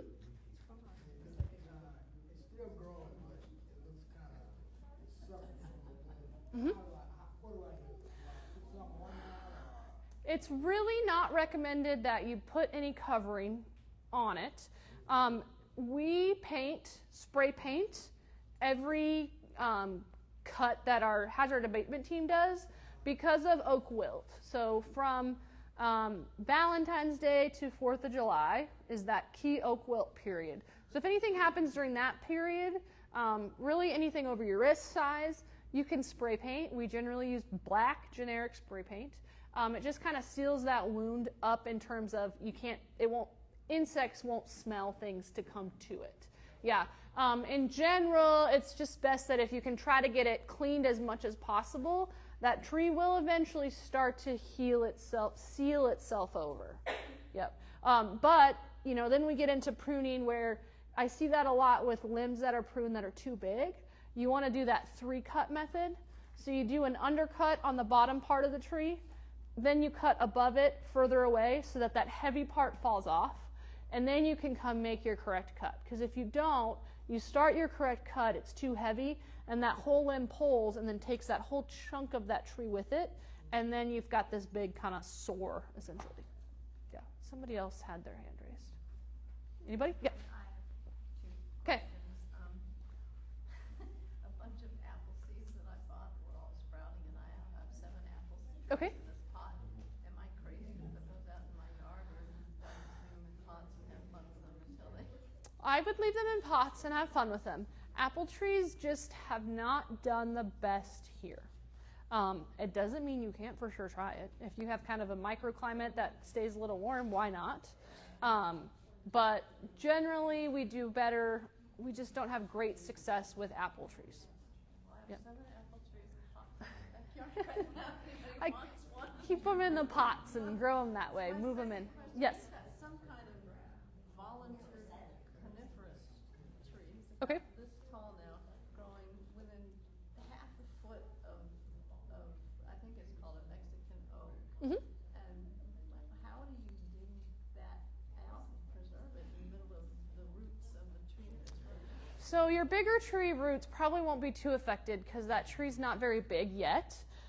So I would go ahead and do it come, like October, November, and just dig out as much as you can, depending on trunk size. If it's little already. Still a stick. Oh yeah, you would maybe 4 to 6 inches all the way around. It's probably mainly going to have a tap root. So the deeper you can get, it's probably not going to have a lot of lateral roots yet. So it's going to be probably more tall and skinny, like a big tap root, rather than outbranching. Yep. And then just plant it like the directions, keep the flare in. Yep. Find your flare and then just plant it at a more desirable location. Yeah. feel Any like- other questions? Did you have some questions online? You have answered all of the questions. Oh, wonderful. You're great. Okay. We do have one more over here. Yes. What was the wilt season? Oak wilt. So think Valentine's Day to 4th of July. Valentine's Day to 4th of July. Yep. So don't do anything. It's the pruning of your oak trees that are susceptible to oak wilt. There is oak wilt here. It's not everywhere. There are pockets of it. But you prune during that time, it's spread by beetles. And so they find it, come to it. So it's realistically not best to. If you have to, that's when as soon as you're pruning, you're painting, you're covering it, and then you're also cleaning your tools before you go to like another location or something of that nature. Whether During that, in other words, during that time, February to July, you said July. Yep. Do not. oak trees. Oh, Oak, yep, with oak wilt. so Yep. I have a red oak. When is Yep. the best time? So I'd wait outside of that period. Okay. Yep. Yep. Before or After. Yeah, it's like we're going to do some structural pruning here shortly in the next month or so. So we're structural pruning, so it's different than your regular pruning. But anytime out of that period, you can do it. I generally say, if you're pruning aesthetically, wait until like the time period that you would plant a tree. So wait until those fall. It's cooler. It's not quite as hot. Okay, Yeah. well, good. I Yeah. can do that, Yes, in the back. I've got 2 Japanese maple trees Okay. right next to the house, Mhm. within a foot and a half. Mhm. And they're about Mhm. Is that the recipe for disaster? Well, I can't say yes or no, because if I tell you one thing, that might be. But if it were my home, Japanese maples tend to stay smaller. I wouldn't be as concerned. Yeah. You mean about pruning? About foundation issues. Oh. Yep. Yep. Yeah. The thing about the one central trunk, so I have elm trees. Mhm. Of course, I'm always pulling up little elms. Yep. Every year. Yep. So I let one grow because it was in a place where I thought it was good. I let one grow, so it's got, Yes. it's doing like this. Okay. Do I need to take that up? So, is it a hard V or is it kind of like, It's meh? kind of a hard, It's- it has, it's about, and it's young. This is where I need a About whiteboard. this high, and then it just kind of. So you can do a couple options, okay? So depending on how hard of a V it is, you can try to change it so it picks a leader, okay? So we're getting into structural pruning, but if you're a hard V like this, it's going to be very hard to pick your structural leader. You're always going to have that kind of bend, and especially how that tree is connecting here, it's not as strong. So if this were a tree at the tree farm, what I would show you is I would take these two sides, and if I can pull it like this and it just pulls apart, that has poor form because of that connection there, that I would throw that tree instead of structural pruning. If I give it a pull and it stays on there, it means one's a little bit better than the other, and I would take that leader. That's kind of the easiest way without drawing a picture for you or seeing it. But if because of this connection, if you can just go like this and it just splits, that's what happens long term when it gets bigger, right? So we want to get rid of that beforehand. So if it doesn't split, Yep. and I can pick one, I Yep. cut the other one off. So you wouldn't cut it completely, but you want to cut it back about halfway, because you want this other one to take that new lead. And cutting it back halfway, same rules apply. You're not going to take that off until, right now it's probably about they're probably about the same size. I would leave a little bit of it so that we still get some trunk going, but every year then I would start to take that back till it's no longer there. Yep. Any other questions? That was a great question. Yes. Yeah. So there's time, we had two ornamental pears that were 50 years old that were starting to split off, so Mhm. let's get them cut. Mhm. One of them just wants to keep living and Mhm. it's just sprouting all over the place. Mhm. Is there some way you can kill it or? Great question. So she says she has an ornamental pear. It's split. It just wants to keep living, coming up at the base. And in that instance, some people will say, I want to pick a shoot to keep. Generally, those aren't ever going to be sturdy and strong enough.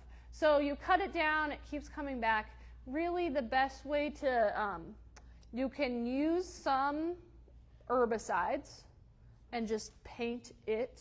Once you cut it, paint that section right there so that it, Sorry, the whole tree is down. a whole tree's down. Yep. Going down all around the. So cut those suckers off and you can paint it. You can use like glyphosate or there is I think it's called sucker punch that controls suckers, those little shoots that are coming up at the base of the tree. But there are some herbicides that you can use to spray it, or I just say take a little foam paint and just paint them right on the top. Yep. Okay, awesome. Well, thank you, everyone. If you'll give Hannah another You're round welcome. of applause. I absolutely appreciate you coming out. This is one of my favorite speakers. I always learn so much with Hannah. I am just ready to go never take the down my same oak thing. trees. It's never. No, you don't want to do that. Oh yeah, you and I show you the picture. You. That was not my intent for you to leave with taking your I trees know. down no, today. but we're going to put some better, safer alternatives, or we're going to take care of them. All the good learning points tonight. So, so again, thank you so much for being here. I think we've You're already just sitting there. I think we've already coming up with some ideas for classes to have Hannah come back and be a little bit more specific on some topics for next year. So, we're just thrilled to have you. So, the last two announcements are that our biannual big gardening event is coming up in just a few weeks. The tickets for Yard Smart are available. Now this fall, for the first time in 25-ish years, we are going to be hosting Yard Smart, both in English and in Spanish, but it will be hosted at the Rose Marine Theater over in near downtown Fort Worth, kind of. Not far from here at all, but about 10-minute drive from here.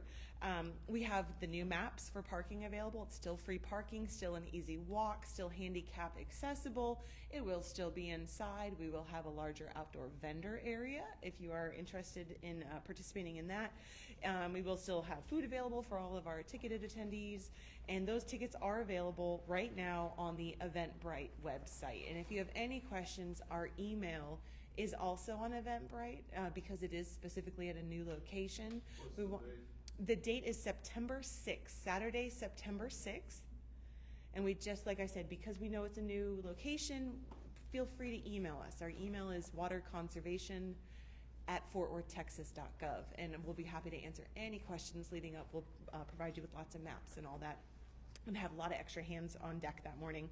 And then just after that, the following week, you guys get to join me on September 11th from 6 to 8 p.m. We will be back in our normal location for those who are joining us in person. We'll be across the parking lot here at the Fort Worth Botanic Gardens in the Botanic Research Institute of Texas, or the BRIT building. So we will be over there in our normal spots. And again, that will be 6 to 8. I am also very excited about the class and the giveaways that we'll be doing in person. It is going to be converting your lawns into wildflower lawns. And that is incredibly significant because of a very large piece of legislation that just got passed here in the state of Texas. So this is a class that if you have been wanting to get some more natives or adaptives in the ground, and you need some inspiration and you need some really good seed giveaways, we're going to be taking care of you guys. So those tickets will be available starting tonight at midnight. Again, that's the next water saving seminar here at the BRIT at the Fort Worth Botanic Gardens on September 11th. From 6 to 8 p.m. I'll be there. I'm looking forward to it. So thank you again to Hannah. Thank you all so much for joining us, and have a wonderful night. And I will say Forestry will be at Yard Smart as a vendor. Forestry is going to be. I will not be at the table, but I know we have some fun things planned, so bring your questions and they will help answer. I'm so excited. I hope everyone has a flair that they can show me. Yes. I think that's going to be our slogan for next year. Find your flair. Find Thanks, your flair. Yeah. Love it.